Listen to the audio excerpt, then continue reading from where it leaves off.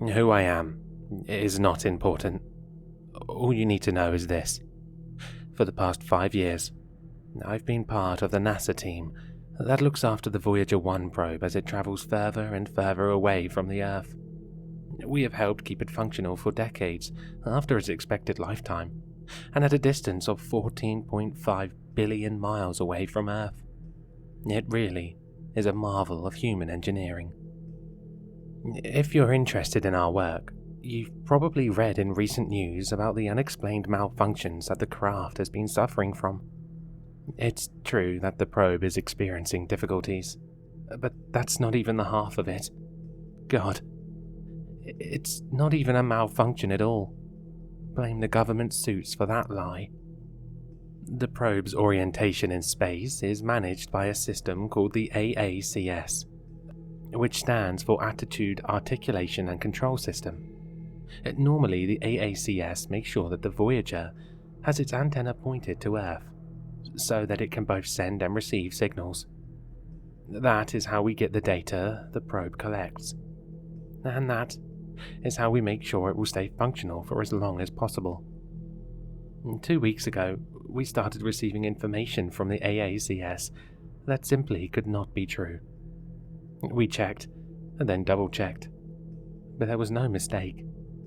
The data we were getting contained a single, confounding piece of information. The probe had stopped. It was, to put it simply, hanging motionless in space. We scrambled to find the source of the error. Had the AACS broken down, sending us flawed information? Was it some other system that had broken? Thankfully, the fault protection software hadn't triggered. That would have shut down all but the most essential functions of the probe. As it was, we could run all the tests and diagnostics we needed. No one considered, even for a second, that the readings were correct. That would be ludicrous. But day after day, we found nothing. As far as we could see, there was no malfunction at all. Nothing had broken or gone wrong. For all we could tell, the AACS was working just fine, and the probe was, indeed, just hanging in space. NASA higher-ups berated us and told us to look again. Probes don't just stop, they told us. There's something we're missing here.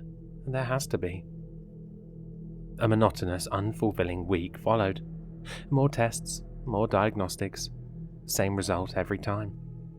In desperation, and at our wits' end, we attempted to instruct the probe to rotate or start moving again. The thrusters complied, but the Voyager remained stubbornly in place. Our approach to the situation changed. We shut down all the systems aboard the Voyager and, going one by one, switched them back on and checked their functionality down to the smallest detail. Only moving on to the next, after we had made absolutely sure that they were running without any issues. Then, a breakthrough. Without our prompting, the onboard plasma wave instrument, essentially a sensor that detects waves of electrons in the interstellar space that the probe travels through, had switched back on and began sending us data. Understandably, this caused quite a stir. Equipment turning on and off at its own accord. Now that was a problem. There was a feeling of doom in the air. Suddenly, the idea of losing the Voyager 1 after so many decades seemed all too real. The data from the plasma wave instrument can be listened to, since the waves it detects take place on frequencies that the human ear can detect. Naturally, we decided we should listen to whatever recordings it had sent back. From the very beginning, the data was bizarre. Normally, the sound of the plasma wave instrument is a monotonous, eerie hum, the background noise of the interstellar void. The recording we received was nothing like that. Rather, it was a series of rapid spikes, a bleeping, wailing sound, irregular, punctuated by bouts of almost silence. Our team was dumbfounded. What did it mean? Another faulty reading? A space anomaly? At this point, we were coming to terms with losing the probe altogether. I guess it wasn't that far-fetched.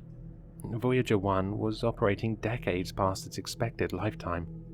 It had always been a possibility that it would simply break down one day.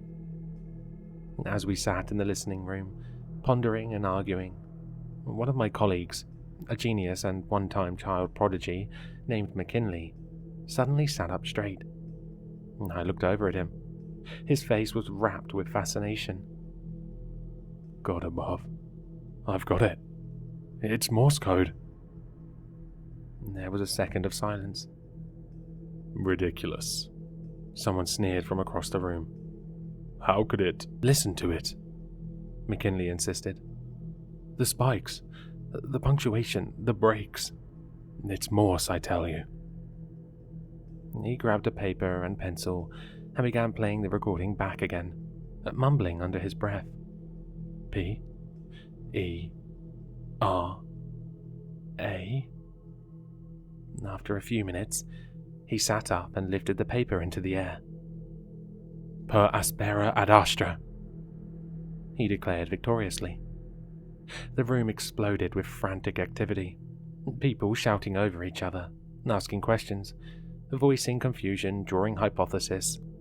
That phrase, per aspera ad astra, was known to us all. When the Voyager probes were launched, NASA attached something called the Golden Records to them, a phonograph record meant as a message to any extraterrestrials they might encounter out in the void. The records contained everything from music to the sounds of nature to recorded greetings in 55 languages. And last but not least, there was a Morse code message. Per aspera ad astra, through hardship to the stars. A motivational quip sent to our interstellar neighbors. More recordings came in, even as we argued among ourselves. These readings were impossible. They couldn't be real. We were receiving all the sounds stored on the Golden Records, distortedly played back to us through the readings of the plasma wave instrument. Birdsong, music, even the sound of Carl Sagan's son saying hello. With each reading, the room grew more quiet, more subdued, as the truth dawned on all of us. Someone, something out there, was listening to the golden recording. And then the AACS went haywire. Suddenly, there was movement where, just a second before, there had been none. Our systems were flooded with locational data, and my heart plummeted as I realized what was happening. The Voyager had started moving again, at speeds no human creation should be capable of. It was hurtling through space, and it was heading back towards Earth. I understand now. I understand why this is happening. The recordings aren't the only thing on that disc. There's so much more. Diagrams of human biology, of our culture, of the solar system. Dear God, it all leads right back to Earth.